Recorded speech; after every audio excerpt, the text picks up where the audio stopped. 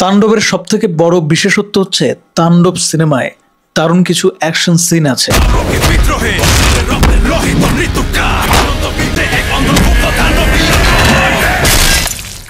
সেই সাথে এই সিনেমার ব্যাকগ্রাউন্ড মিউজিকগুলা মাথা নষ্ট ছিল।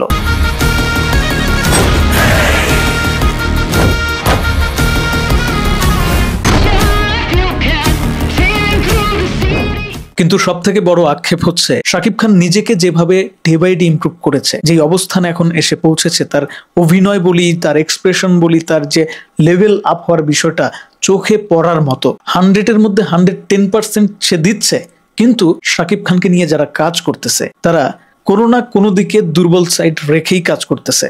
পরপর যতগুলো সিনেমা ইন্ডাস্ট্রি হিট হলো, ব্লকবাস্টার হলো শাকিব খানের, সেটা হোক প্রিয়তমা, সেটা হোক রাজকুমার, সেটা হোক তুফান, সেটা হোক বরবাদ, সেটা হোক যে কোনো সিনেমা তাণ্ডব, প্রত্যেকটা সিনেমায় শাকিব খান নিজে আউটস্ট্যান্ডিং থাকলেও, নিজেকে নিজে ছাড়িয়ে গেলেও মেকার্সরা নিজেদেরকে নিজেরা ছাপিয়ে যেতে পারে নাই। নির্মাণ শৈলী নিয়ে যথেষ্ট প্রশ্ন করার জায়গা রয়েছে। ইতিপূর্বে এই সমস্ত সিনেমা নিয়ে বিস্তারিত আলোচনা আমি করেছি, সো এখানে আর লম্বা কথা বলবো না। শুধু বলবো প্রিয়তমা, রাজকুমার, তুফান, বরবাদ অথবা তাণ্ডব, এই সিনেমাগুলোর সমস্যা কোথায় কোথায় ছিল, কমতি কোথায় কোথায় দর্শক ফিল করেছে, সেটা দর্শক খুব ভালোভাবেই জানে। অস্বীকার করার কি কোনো জায়গা আছে? অথচ শাকিব খান কিন্তু প্রত্যেকটা সিনেমায় অনবদ্য ছিল। তার পক্ষ থেকে পারফরমেন্সের কোনো কমতি কি ছিল?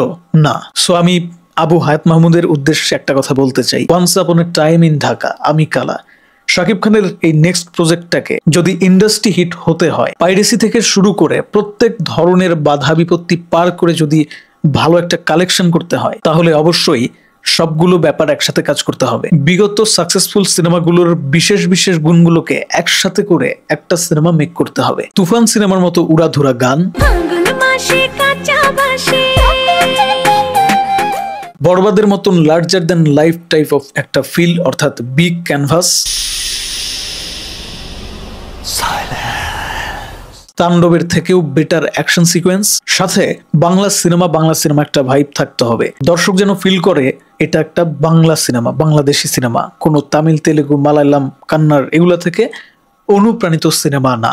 এতদিন অব্দি এটা দর্শক মেনে নিয়েছে, বাট আমার কাছে মনে হয় ডে বাই ডে দর্শক আরো বেশি আপডেট হচ্ছে।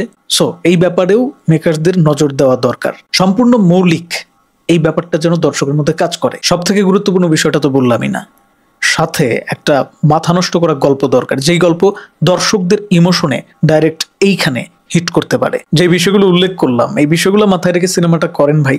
তারপরে এই সিনেমার নামটা আপনি কালা জাহাঙ্গীর দিবেন না ধলা জাহাঙ্গীর দিবেন, সেটা কোনো বিষয় না, সেটা একান্তই আপনাদের ব্যাপার। বন্ধুরা, কমেন্ট বক্স স্বাধীনতার জায়গা, কমেন্টে আপনারা জানাবেন শাকিব খানের আপকামিং এই কালা জাহাঙ্গীরের জীবনী থেকে অনুপ্রাণিত সিনেমা, এইটা সম্পর্কে যে কথাগুলো বললাম, এটা নিয়ে আপনাদের মতামত কি।